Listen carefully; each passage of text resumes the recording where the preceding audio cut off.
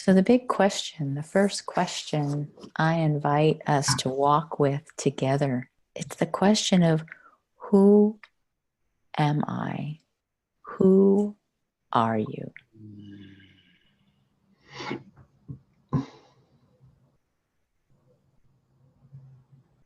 Its primacy seems self-evident, but yet we humans distract ourselves from the question and don't always let ourselves sit with it adequately. And we tend to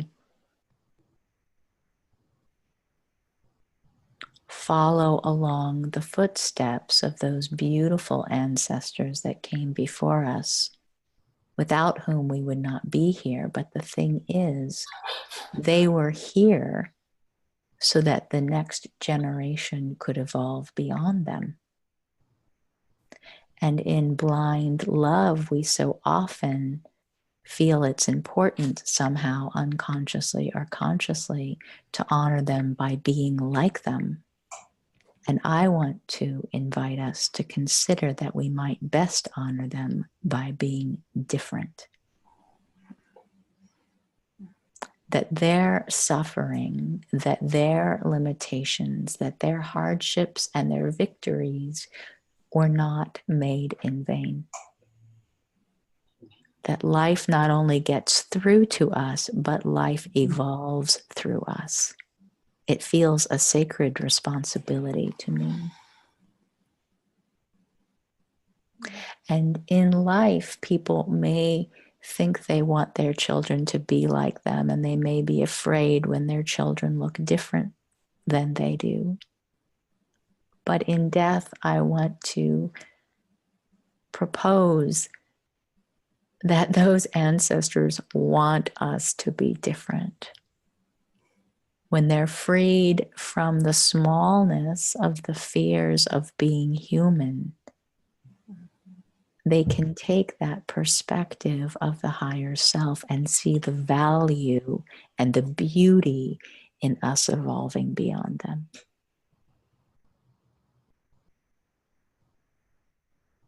So there's a quote that's misattributed to Oscar Wilde that says, "Be yourself, everyone else is taken." And I remember there was a time when someone was joining us on a catalyst call and said, "But I'm not sure who that is." And that's precisely the point. Albert Einstein is quoted to say in the new quotable Einstein, "Few people are capable of expressing with equanimity opinions which differ from the prejudices of their social environment." I'm going to read that again. "Few people are capable of expressing with equanimity opinions which differ from the prejudices of their social environment." He goes on to say, "Most people are even incapable of forming such opinions." Most people are incapable of forming opinions that differ from the prejudices of their social environment. Wow. I propose that this is because they aren't giving themselves permission to ask themselves, who am I? So true. Katie and Gay Hendricks, well, it was really probably Katie, used to, in her workshops, used to talk about how we come into this lifetime as children, as infants, and it's like arriving at a party that's been going on, and we come late, and there's all kinds of rules, and everybody's got different hats on, and we're given a hat, and we're expected to play a certain role at this party, to play a certain game, but no one really tells us the rules. They just tell us when we're doing it wrong. And our very survival feels dependent on figuring out how to play this game and wearing this particular hat we've been given. And it takes a whole lot of courage to ask, who am I? And is this hat a hat I want to wear? Is this a party I want to be a part of? Are these rules I want to play by? And this doesn't mean that we step outside our families, because that's actually not possible. And we can't unbelong to our families, because that's not possible. We always belong at the place we're born. We always belong because we simply are. And we get to ask ourselves, who am I? What game do I want to play? What rules do I want to play by? And what hat do I want to wear? Do I not want to wear a fucking hat? Yeah. So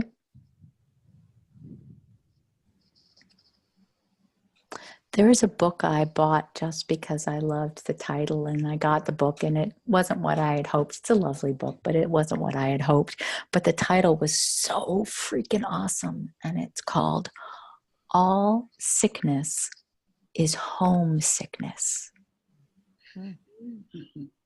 And I propose that we are where we are today, and it's not a bad place to be. We had to get here, but it's a matter of getting home to who we really are. It's integrating this physicality that we've taken to think is all that there is, integrating it with this higher divine consciousness that we also are. And that's coming home. And you know, we do this hand movement together. You all started to bring it to my awareness that I did this. When we line up our energy with earth, we feel our groundedness to earth in kind of in a what feels like a perpendicular kind of way, right? And we line up with what we could think of as the access to the higher self.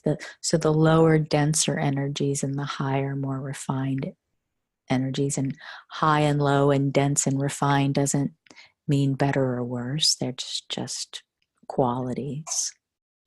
When we line up with those things, we have access to both our humanity, our physicality, that's a gift, and our expanded we could say divinity.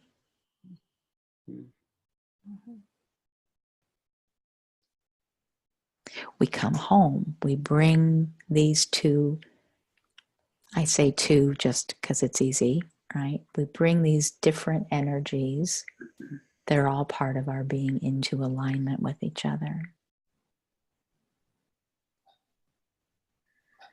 They're always connected, but our conscious awareness, that's the capacity we have. That's the power that we have when we come home to ourselves.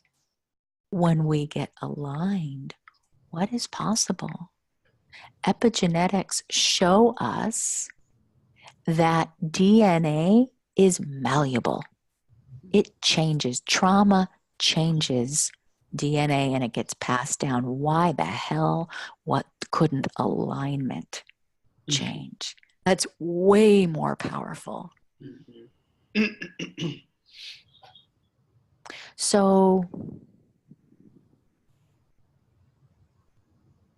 I invite us to really consider our narrative about who we are and where we come from.